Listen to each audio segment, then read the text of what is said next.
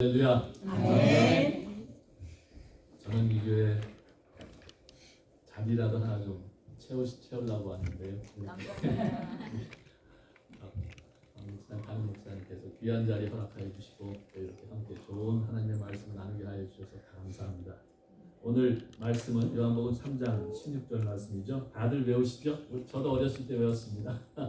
노래도 있고 하나님이 세상을 이처럼 사랑하사 독생자를 주셨습니다. 요한복음 3장 1절은 니고데모라는 사람이 예수님을 찾아왔죠. 니고데모라는 사람은 유대인의 관원으로 아주 굉장히 막강한 세력을 가진 권세를 가진 사람입니다. 그리고 유대인의 회당의 회원이 되기 위해서는 성경에 통달한 지식이 있어야 됩니다. 왜냐하면 그 당시에 법은 구약의 성경입니다. 그래서 유대인의 회원의 그 산헤드린 그 회당의 회원에 가입하기 위해서는 그리고 선출되기 위해서는 백성으로부터 명망과 존경을 받고 성경에 통달한, 그러니까 쉽게 요즘 얘기를 하면은 대법원 판사와 같은 그런 막강한 지위에 계신 분입니다. 그분이 밤에 찾아왔습니다. 그리고 젊은 예수를, 나이 드신 분이 젊은 예수를 향해서 랍비여 선생님 하고 이렇게 인사를 했어요. 놀래미죠. 주위 사람들이 깜짝 놀랐습니다. 여기서 우리가 하고 신앙 고백을 합니다. 우리는 당신이 하나님으로부터 오신 선생인 줄로 아나이다. 믿는 정도가 아닙니다. 확실한 증거를 가지고 오셨어요. 그리고 신앙 고백을 하죠. 하나님께로서 오신 선생님이십니다. 좀 가르침을 주십시오. 그 가르침이 뭘까요? 질문이 뭘까요? 그게 이제 여기 3장 3절에 예수님께서 질문과 대답을 함께 해주세요. 이상한 이 말씀인데 3절에 보면은 예수께서 대답하여 가라사대 진실로 이게 이제 원어로 보면 아멘 아멘, 이게 3장에 2번 나옵니다. 3절하고 5절에 내게 이르노니 사람이 거듭나지 아니하면 하나님의 나라를 볼 수 없느니라. 아니 예수님께서 어떻게 니고데모가 여기 온 목적을 아시고 질문과 답을 다 주신 겁니다. 니고데모가 왜 예수님을 찾아왔겠습니까? 저분은 하나님이 보내신 선생입니다. 틀림없다. 확신을 가지고 그러니까 내 자신뿐만 아니라 니고데모가 함께 온 사람들이 그러한 신앙 고백을 합니다. 니고데모가 한밤중에 여기 왔다 그러는데 한밤중에 다닐 때는요, 그 예루살렘 그 당시에 요즘처럼 이렇게 불도 많지 않고 강도도 많고 아주 위험한 데입니다. 그래 이런 분이 밤에 갈 때는 수행을 같이 데리고 가죠. 그러니까 수십 명이 왔을 것 같아요. 자기 친구들도 왔고, 그죠? 그 다음에 여기 보면 자기 제자들도 함께 왔어요. 왜냐하면 나중에 보면은 9절에 보면은 예수님께서 니고데모를 향해서 너는 이스라엘의 선생이라고 지칭해 주세요. 그 당시에 이스라엘 한 나라의 선생이라고 칭호를 받을 사람은 한두 사람입니다. 그렇게 당대 뛰어나시고 위대하신 그런 분이 제자들과 함께 친구들과 함께 그 확실한 증거를 얻었기에 밤에 예수님께 찾아왔는데 예수님께서 그 말씀을 들으시고 질문도 받기 전에 벌써 대답을 해주세요. 니고데모가 여기 온 이유가 뭡니까? 제가 어떻게 하면 하나님의 나라를 볼 수 있습니까? 제가 어떻게 하면 하나님의 나라에 들어갈 수 있겠습니까? 평생을 이분이 성경을 읽고 기도하면서 하나님을 믿고 따르며 공부하던 질문입니다. 제가 어떻게 하면 구원을 받을 수 있겠습니까? 제가 어떻게 하면 죄 사함을 받을 수 있겠습니까? 이러한 간절한 질문을 가지고 예수님께 찾아왔어요. 예수님이 말도 안 듣고 벌써 그분의 심령을 아시고 대답을 해주십니다. 여기에 대한 설명이 요한복음 2장 마지막에 나오는데 예수님께서 2절에 많은 기적을 해놨으나 예수님께서는 자기의 몸을 그분들의 사람들에게 갖지 않으셨으니 이는 사람을 아시며 그 속에 있는 것을 안다고 하셨어요. 열왕기 8장 38절 39절에 보면은 솔로몬의 기도가 나옵니다. 성전을 바칠 때 솔로몬이 하나님을 향해서 감사 기도하면서 이런 말을 합니다. 주는 계신 곳에서 하늘에서 들으시고 사유하시며 각 사람의 마음을 아시오니 그 행위대로 행하사 갚아 주시옵소서. 주만 홀로 인생의 마음을 다 아십니다. 하나님 아니고서는 사람 마음속에 그곳에 있는 그 심령의 생각을 알 사람이 아무도 없습니다. 사단이 왜 저희를 심합니까? 못 믿으니까 그렇죠. 우리가 사단의 종이 돼가지고 사단이 그냥 막 꽁꽁 쇠사슬로 묶어놨는데, 죄와 악의 사슬로 그냥 꽉꽉꽉꽉 묶어놨는데, 어느 한순간 나 예수님 믿어야 하고 회개하고 하나님 잘못했습니다 했을 때 예수님께서 그래 하고 영접하시고 하나님 아버지께서 우리의 죄를 다 사해 주십니다. 사단이 그걸 보니까요 막 화가 나는 거예요. 내가 저놈을 내 종으로 꽉꽉 다 쇠사슬 묶어놨는데 어느 한순간에 제가 예수 믿는다 그러면서 예수님께 달려가는데 그 한순간에 저게 내 자식에서 하나님의 자녀로 바뀌는 역사가 일어나니까 사단이 얼마나 화가 나겠어요. 사단이 사람을 안 믿습니다. 그래서 사단이 시험을 하고 사람이 죽을 때까지 사단이 마음을 안 놓죠. 그러나 오직 하나님께서 사람의 심령을 감찰하십니다. 인간을 지으신 분이시고 우리를 지으신 분이시기 때문에 우리의 낳기 전부터 살아가는 하루하루와 그 후까지 다 하나님께서는 헤아리고 계시죠. 예수님께서 이위의 하나님이시잖아요. 삼위 하나님, 우리는 한 하나님을 믿지만 하나님께서는 아버지, 아들, 성령 세 분 하나님으로 존재하고 계십니다. 이위의 하나님이신 예수님께서 사람의 심령을 감찰하시는 거예요. 그래서 니고데모가 왔을 때 벌써 그 사람 마음속 깊은 곳에 있는 그 질문과 답을 주고 계십니다. 요한복음 계속 나가서 예수님께서 대답하되 진실로 진실로 아멘 아멘 사람이 거듭나지 않으면 하나님의 나라를 들어갈 수도 없고 여기서는 볼 수도 없느니라. 4절에 아니 사람이 늙으면 어떻게 날 수 있습니까? 제가 어머니 뱃속에 들어갔다가 다시 두 번째 태어나는 거 지금 말씀하십니까? 하니까 예수께서 아멘 아멘 내게 이르노니 사람과 물과 성령으로 나지 않으면 하나님 나라에 들어갈 수 없습니다. 3장 6절에서 7절에 육과 혈로는 니고데모가 되어서 깜짝 놀랐어요. 도대체 이게 어떻게 예수님께서 6절에 육으로 난 것은 육이요 성령으로 난 것은 영이니 내가 네게 거듭나야 하겠다는 말을 기이 여기지 말라. 바람이 임의로 불매 내가 그 소리를 들어도 어디서 오며 어디로 가는지 알지 못하나니 성령으로 난 사람은 다 이러합니다. 바람이 불잖아요. 우리가 바람 부는 걸 압니다. 이 방 안에도 우리가 숨 쉴 때 바람이 붑니다.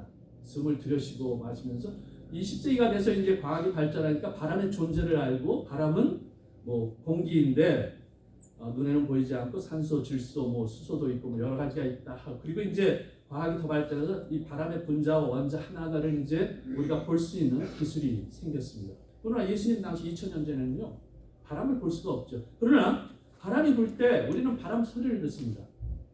바람의 표적이 있어요. 바람이 부는구나 하고. 그와 같이 예수님께서 영으로 난 사람은 영이고 육으로 난 사람은 육이다. 우리 어머니의 알과 우리 아버지의 씨가 만나서 제가 잉태되고 10달 후에 태어납니다. 육과 혈을 아버지와 어머니로부터 받아서 태어납니다. DNA라고 그러죠. 요즘 말로 하면. 제가 어머니 아버지 똑 닮았어요. 자라면서 사람들이 얘기를 우리 친척들이 얘기를 고모가 얘기를 우리 할아버지가 얘기를 너는 어떻게 네 아버지 어렸을 때 똑같냐. 제가 그리고 제 얼굴을 볼 때 우리 어머니 정말 닮았어요. 부정할 수 없는 사실. 이게 첫 번째 출생이죠. 두 번째 출생은 영으로 성령으로 성령 침례를 받고 우리가 죄사함을 받고 하나님의 자녀로 거듭나는 역사를 지금 예수님께서 얘기합니다. 그와 같이 바람이 불 때 우리가 볼 수는 없지만 바람이 존재하는 걸 깨닫듯이 우리가 성령으로 거듭난 사람을 볼 때 우리가 그 겉모습을 볼 때는 저 사람이 거듭났는지 안 났는지 구분이 되세요? 안 됩니다. 겉모습을 볼 때는요. 옛날에 지금도 그렇지만 북한에서 내가 예수를 믿지만 입으로 아무 얘기 안 하면요. 도저히 이 사람이 예수를 믿는지 안 믿는지 구분이 안 갑니다. 어떻게 구분을 합니까? 그 사람의 행위를 보면 구분할 수가 있죠.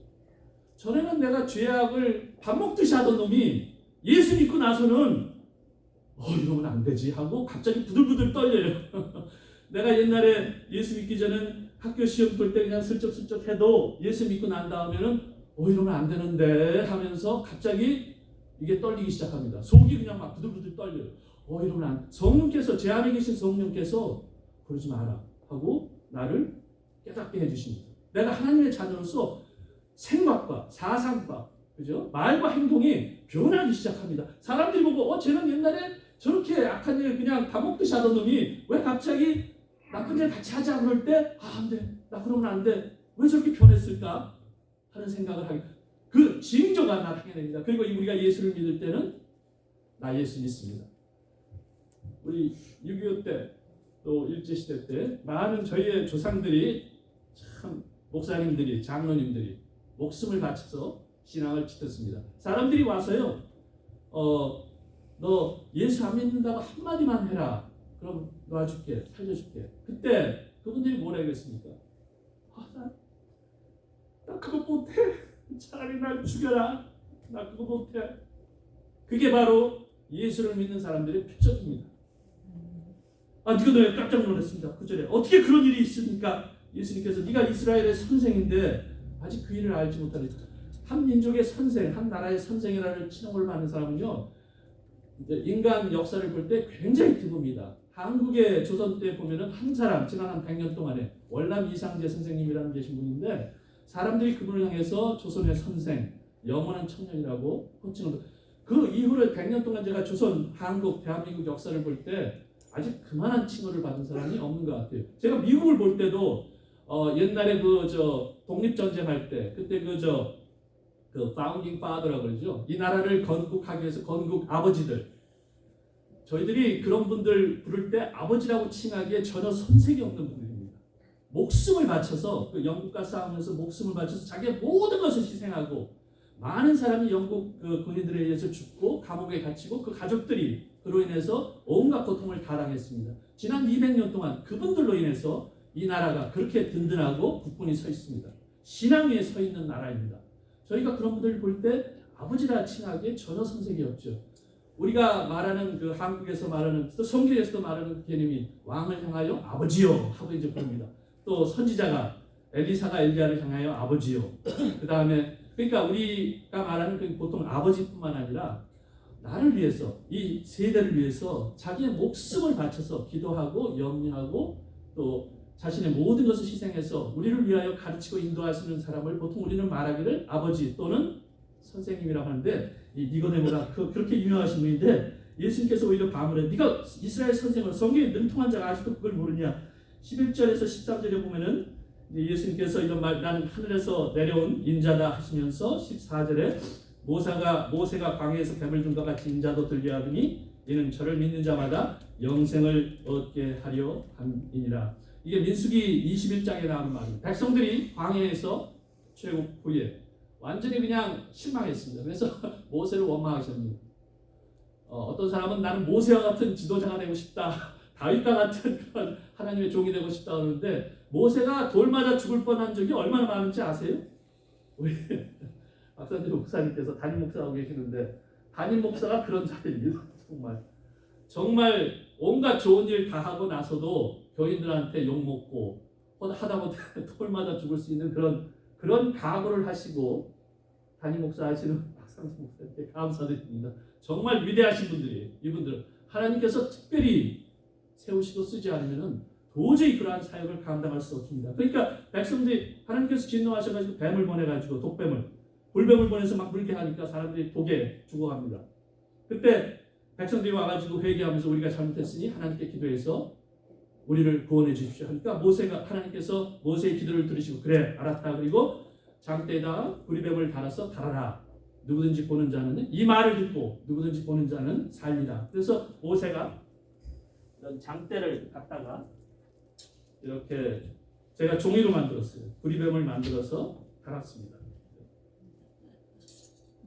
모세가 이렇게 장대에다가 이렇게 구리뱀을 달아서 높이 들렸습니다. 이 좋은 소식을 죽어가는 사람들에게 이 좋은 소식을 전하라. 그래서 이 사람들이 나가서 이 하나님의 말씀을 전합니다. 누구든지 뱀에 물려 죽게 되거든 이 불뱀을 보라. 그러면 살리라 하는 좋은 소식을 전하기 시작합니다. 그러니까 사람들이 와서 봤습니다. 그래요? 본 사람 다 났죠. 그거 될까? 그러나 믿져야 본전이 한번 해보자 한 사람도 나왔습니다. 나 안 할래. 의사가 필요하지. 그런 사람도 와서 보고서 막 친구들이 막 끌고 끌고 옵니다. 아버지가 막 끌고 옵니다. 딸 자녀들이 아버지 가서 우리 불병 봅시다. 산다 그랬어요. 그래서 막 끌고 와서 아닌데 그래도 한번 보니까 났어요. 근데 끝까지 안 본 사람은 다 죽었습니다. 하나님께서 이렇게 좋은 말씀을, 구원의 소식을 우리에게 전해줍니다. 이게 예수 그리스도의 복음입니다. 예수님께서 이 말씀을 하시면서 15절에 인자도 이와 같이 들려야 하리니 하면서 우리에게 왜 하나님의 아들인 예수님께서 이 땅에 오시어 이 십자가에 못 박혀 죽었는가 하는 그 복음을 여기 제시해 주시고 계십니다. 이 뱀이 죄의 상징이죠. 죄와 죽음의 상징입니다. 네 사망은 어디 있느냐? 사망은 쏘는 것이 있느냐? 사망에 쏘는 것은 그죠? 죄고, 그죠? 죄로 인해서 우리가 죽게 되는데 예수님께서 이 땅에 오시어 하나님의 아들로서 죄 없으신 분이 이 땅에 오시어 다 내게로 오라. 너희의 죄를 내게 달라. 침례 요한이 예수님 보고서 세상 죄를 지고 가는 하나님의 어린 양이라고 그랬죠. 우리의 죄를 그 육신에 다 담았어요. 우리의 죄를 예수님이 십자가에 달리시면서 그 육신에 죄를 다 담고, 그죠?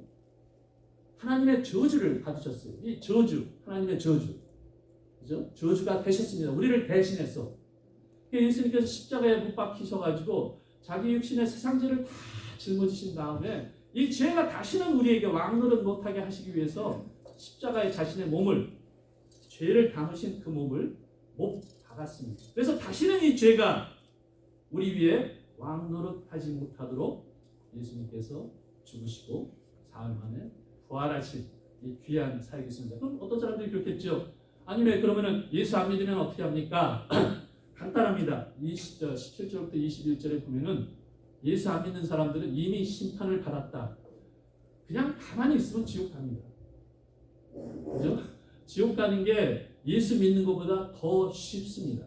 구원받고 천국 가는 것보다. 그리고 예수님께서 이처럼 세상을 사랑하사, 하나님께서 이처럼 사랑하사 독생자를 주셨으니 이는 누구든지 저를 믿는 자마다 멸망치 않고 영생을 얻게 하려 하십니다. 여러분, 이 녹뱀에게 무슨 신통력이 있습니까? 마술하는 것 같아요? 아니죠. 하나님의 말씀을 듣고, 그죠? 믿음으로 순종할 때에 기적이 일어납니다. 하나님께서 뱀에게 물린 사람들에게 내가 불뱀을 징조로 줄 테니 가라, 장대 높이 들고 누구든지 보면 살리라. 하나님의 말씀이죠. 그 말씀 듣고 그렇게 하겠습니다 하는 사람은 살았습니다. 이 불뱀 자체가 마술력이 있는 게 아니에요. 그래서 700년 후에 히스기야 왕이 사람들이 하도 와서, 이방인도 와서 막 이걸 보고 그냥 막 절을 하고 막 그냥 미신을 만들고 그러니까 히스기야 왕이 안 되겠다. 그거 찢어버려요. 하고 버렸습니다. 왜냐하면 이 자체에는 신통력이 없습니다. 신통력은 어디서 나오느냐? 하나님의 말씀에서 나오죠. 오늘 여기 저에게 주신 하나님의 세상을 이처럼 사랑하사 독생자를 주셨으니 누구든지 저를 믿으면 멸망치 않고 영생하리라. 그 말씀을 저희가 듣고 제가 믿겠습니다. 예수님을 나의 주로 믿겠습니다 할 때 저희는 구원을 받는 역사가 일어납니다. 감사합니다.